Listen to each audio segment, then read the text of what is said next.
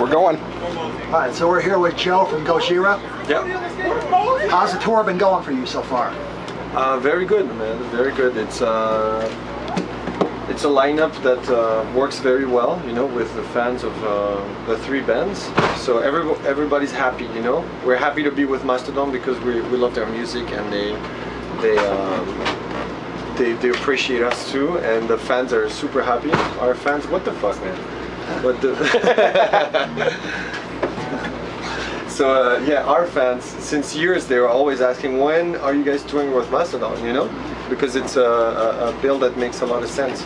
We're both like prog, metal prog. Yeah. So yeah, it's great. So it's going great. Very cool.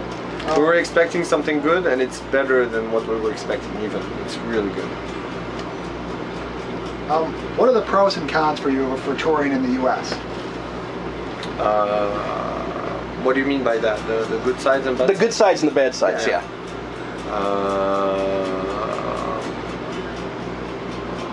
I can't think of any bad side, really. We're really happy to play in front of people that are excited to see us, you know. And then the rest is just adapting, you know.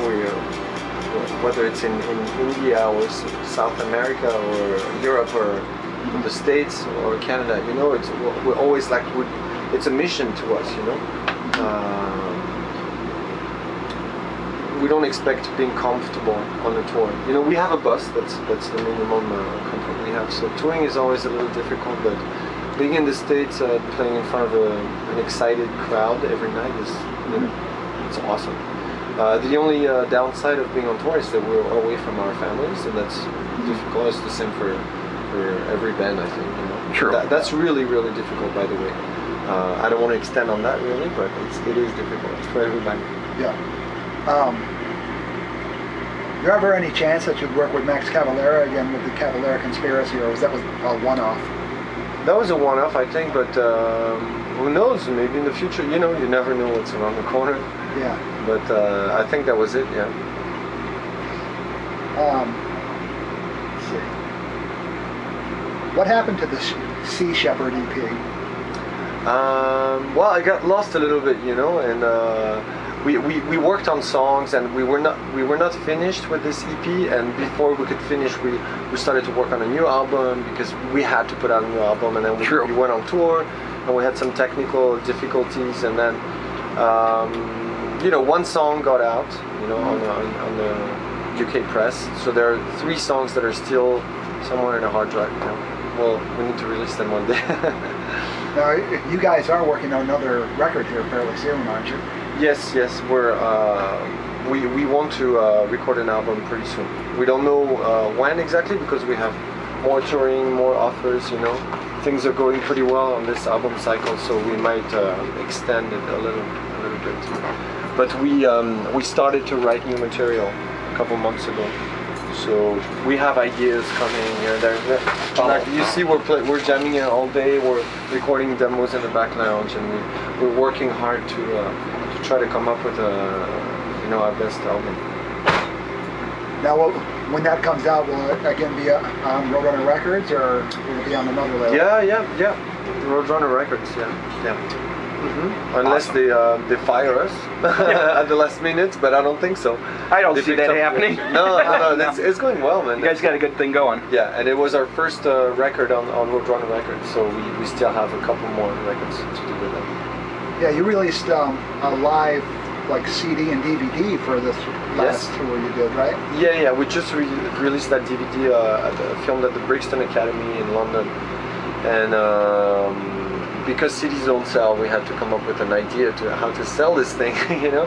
So we decided to make a book, and that's something we wanted to do since a long time. So we did that really nice book with like 50-ish pages of our two years on the road.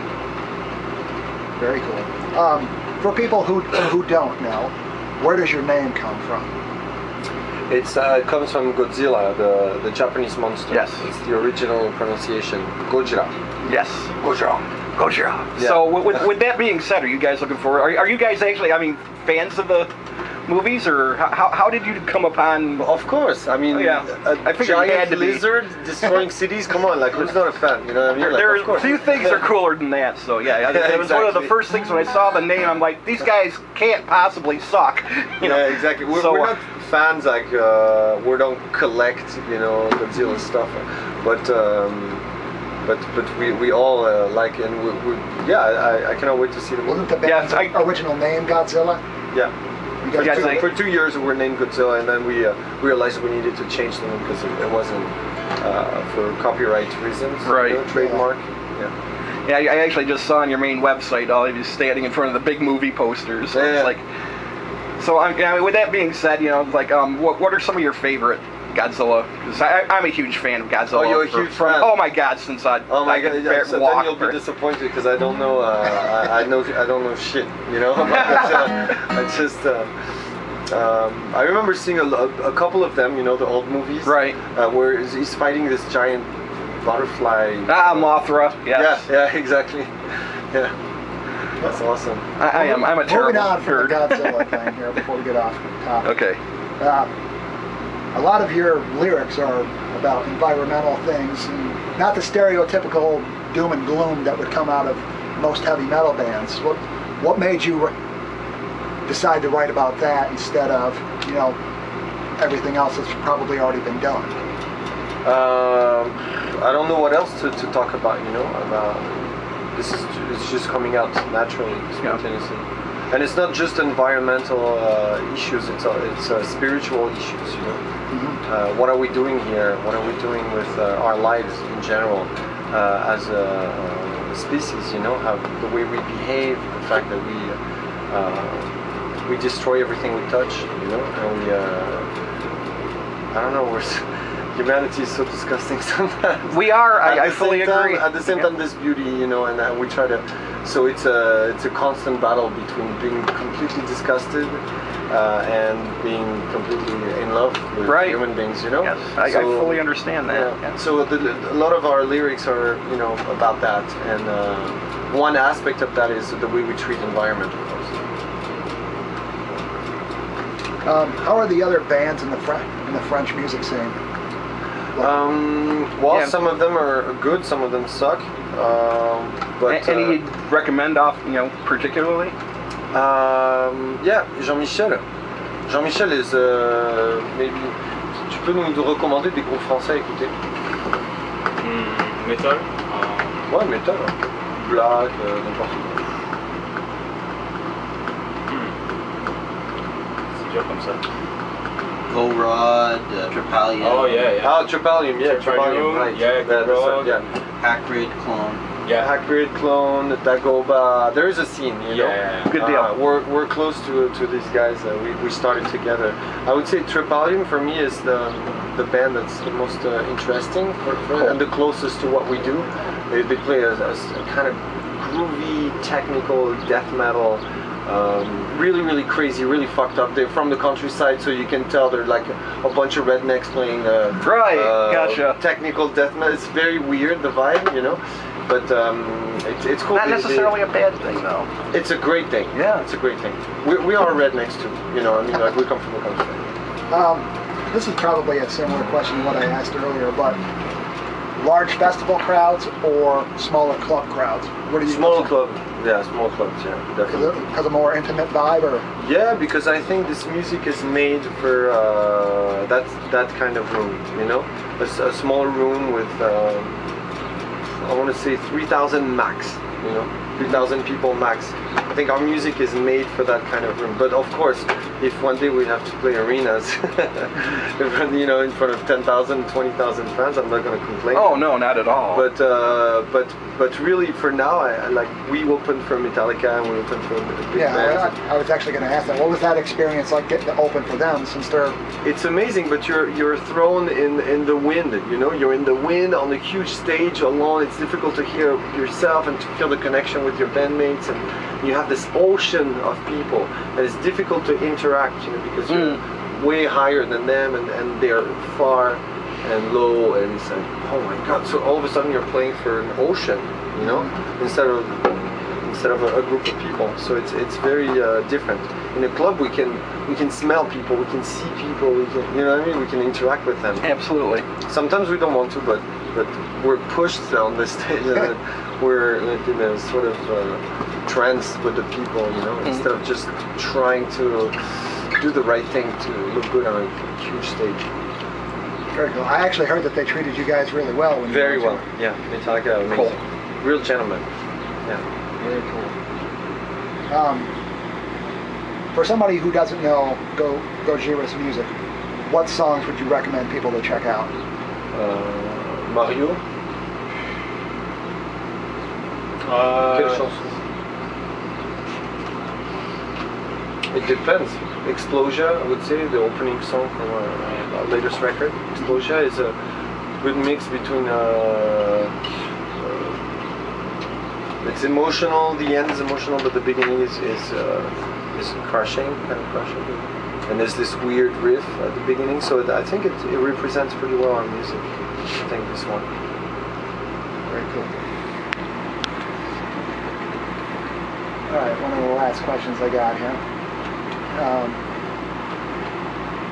Any person that you would like to jam with that's kind of like passed up? Yeah, kind of. Yeah, this is one of my. Assuming that there is a rock and roll heaven, who would you most like to jam with when your time has finally come? Wow. Not that we're in a hurry to get there, mind you. No, thank you. No, that's probably why I never think about this. I'm weird enough that I do. Well, Billie Holiday. I'd like to jam with Billie Holiday. I am. You know, I would play guitar, and she would sing. Yeah. I would go like this, and see what she does. There you go. Hey. What's the weirdest thing that's ever happened to you while on tour? The weirdest thing. These guys can answer too, right? Sure. That's fine. Absolutely. Vous pouvez m'aider. C'est quoi la chose la plus bizarre qui nous est arrivée? Oh, this guy has a lot of stories. Yeah, no, This guy has a lot of stories. I want to tell you some awesome things, but it's too private. I see. But there's some pretty cool things. Yeah, pretty cool things. But at the same time, we have a routine, you know, every day, and it's not that surprising what's happening every day. But once in a while, yes, there's. We play on some crazy place like India, for example. Yeah. Also San Francisco one day in a neighborhood. I never saw such a big misery. We play in a place full of guys. Crackheads. Yeah. And it was very crazy. Sometimes we play in crazy place. Yeah, we wake up in the morning, we don't know what to expect, and we see things all the time. We play Morocco. Do you remember Morocco? Oh yeah. Amazing. Yeah. Girls with how do you call this? You know, the voile. Islamic. Oh yes, veils. The veils. Yeah, okay. Veils, yeah, doing like this. The veils, you know, in Morocco. Yeah. That kind of stuff. Once we forgot Christian in Canada on our way back to the States. I mean, he jumped out of the bus right before the bus call, and he came back and the bus was gone. We were all sleeping. So at the border, we realized we forgot the guitar player. Well, that would have sucked for the Nets game. Yeah, it was really bad. Yeah, so we had to turn back and explain at the border. Yeah. All right. Well, we thank you for your time. Yes. Yeah. Absolutely. Looking forward to the show. Okay, cool. Thank you. Definitely.